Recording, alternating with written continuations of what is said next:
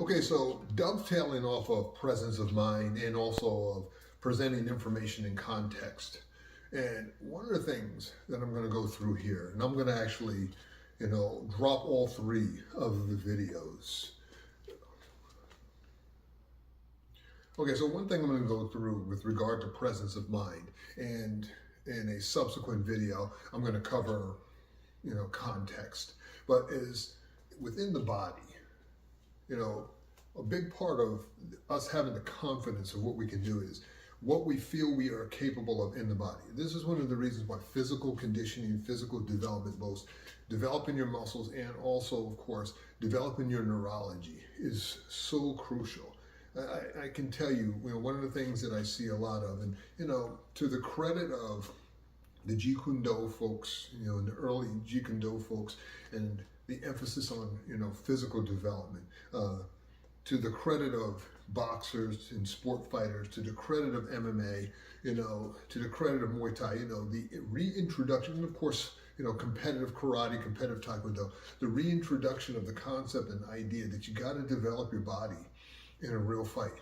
And granted, in a real self-defense situation, okay, you're not going 15 rounds, you're not going 3 rounds in the octagon for, 5-minute rounds.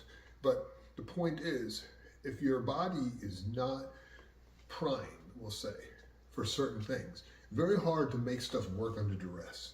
And so one of the things I like to do in all my training is I like to use weighted objects. I've discussed this before, but probably not as well as maybe I would like to. And that is, I like to use the weighted objects because one of the things with a weighted object, number one, it forces you to move your body correctly. Also, too, the weight kind of gives your brain something to do, something to focus on as you're moving with it.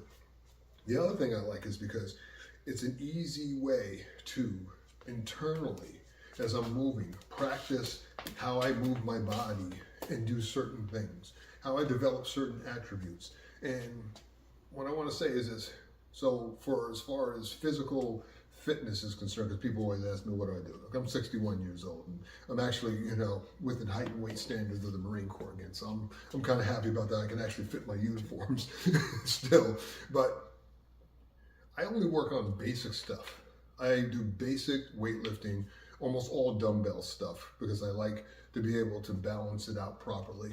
I'm not saying that I have anything against straight bar stuff, but I prefer to use my dumbbells these days.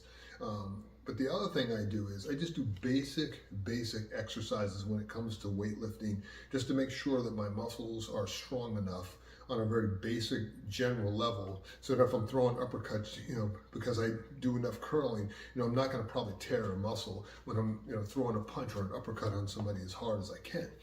The other thing I like to do is then I like to do calisthenics type of exercises just to help with my mobility, but also just the ability to be able to pick yourself up off the ground. I think it's kind of a lost art in our culture, and you're seeing a lot of the fitness gurus now and I'm glad they're doing this stuff, by the way, reintroducing the importance of mobility and calisthenics and just controlling your body. Ito Portal has some of his best stuff out there. If you get a chance, I don't get anything out of this. I don't even know the guy, but I'm a follower of his on YouTube. But watch his videos because he gets into this stuff.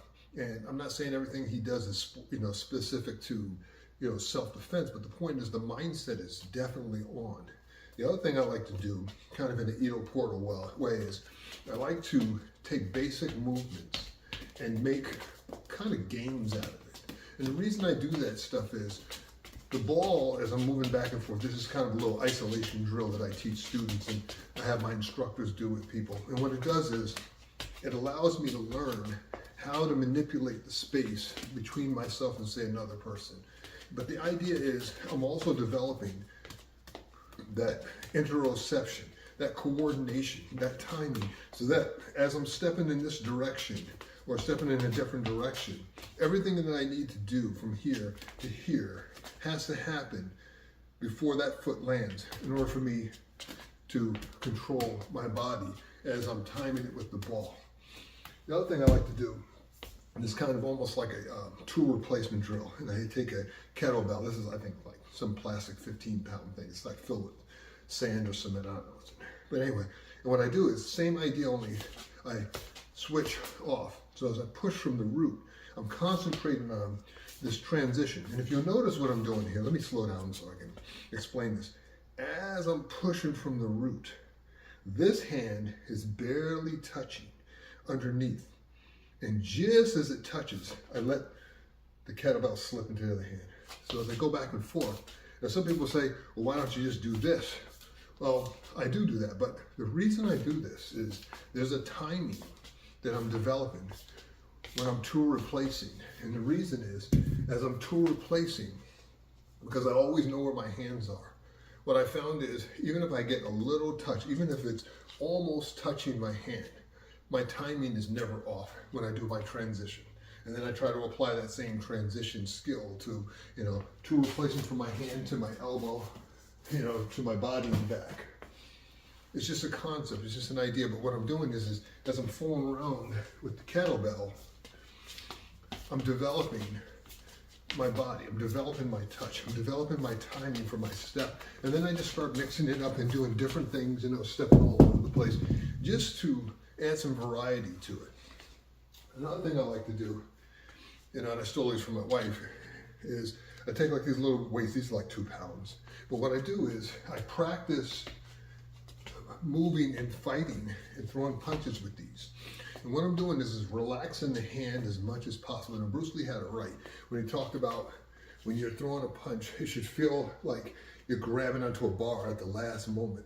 And what I'm doing here is I'm relaxing the hand and I'm actually feeling the snap and I'm catching the weight as I'm doing this. And what I'm doing is I'm just trying to train a response where my hand becomes so relaxed that there's no antagonistic muscle in the arm. And then at the right moment, at the point of impact, this isn't penetrating. And then I make the fist. So this is a good way in which I practice that. And then I do other types of stepping, other types of hits. Why do I do that? Because all that stuff then feeds into my presence of mind. Me knowing that I can hit and move at supernatural speed at close range and hit people with control is more important to me than being able to freaking, step and have some haymaker of a punch. And the reason is the faster I can move because of action reaction, the harder it is for you to deal with it, especially at close range, because at a certain range, even if you see it or feel it, you really can't respond fast enough. So I do these things with weights to help reinforce the kind of movement I want to achieve. And of course, yes, I do practice without the weight because it's a different feel, but I use weighted objects to kind of achieve that because it all feeds into, if I know I have the ability to move with a ball back and forth, throwing punches, whatever the case may be, and transitioning, I know that when I'm dealing with a person and I have to clear their hands, it's much easier because I have more points of reference. Plus, when I'm moving with another person, their motion also kind of aids in my ability to get offline from things because they're trying to hit me or they're moving toward me, whatever the case may be. So I also play off of their movement.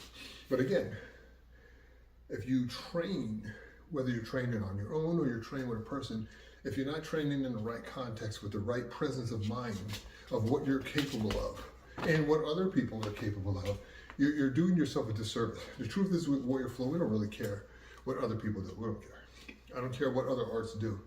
What I do care about, though, is helping people, regardless of what they study, to move as efficiently in their body as possible so that whatever they do it with a level of mastery, that subconscious competence where there is no thought, that wu wei, effortless effort.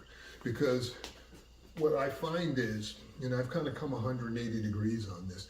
I used to be also, like a lot of people, thinking my Kung Fu was better than other people's Kung Fu. Over the years, I've realized it's stupid. It's a stupid way to think, and the reason is human movement is human movement. Me throwing a punch or an uppercut, whatever strike I'm throwing, this strike here, this hammer fist, is no different than karate or Kung Fu or Taekwondo. This uppercut is no different than in boxing, taekwondo, kickboxing, or just some guy walking down the street and just uppercutting people and sending them to the moon, like on the honeymooners. The point is, as Bruce Lee said it best, before I knew karate and kung fu, a punch was just a punch. A kick was just a kick. After I learned karate and kung fu, a punch was still just a punch, a kick was still just a kick. The point he was making was like, there's only so many ways you can extend your leg to kick somebody. Now, there are different ways in which you can set it up. There are different ways in which you can position your body. But at the end of the day, a kick in the balls is a kick in the balls is a kick in the balls. And that's kind of the point. And so when you develop the proper presence of mind within the proper context, as you're practicing, as you're training, as you're using different objects, and you want to be creative. The reason I call this series Stuff I Like to Do is because it's stuff I like to do. But there may be things that you like to do that for whatever reason gives your body the most challenge, or the challenge you're looking for, that's developing the attributes you feel that you're weakest at. And there's nothing wrong with that, as long as it's within the laws of physics and human physiology. And of course, it makes sense, And so what I mean by that is, listen, if you can run off walls and kick people in the head, more power to you. I can't do that. However, if it makes no sense to do that in a real fight, in a certain situation or a context, then don't do it. It's just that simple. So as you're practicing, if that's an important skill for you to have, then practice it. I don't know, and I don't know what you do on the weekend, but if it's not an important skill, then don't practice it, So hopefully, come here, you spoiled thing. Hopefully, that gives you an idea of the kind of things you want to do. This is my dog Boyd here.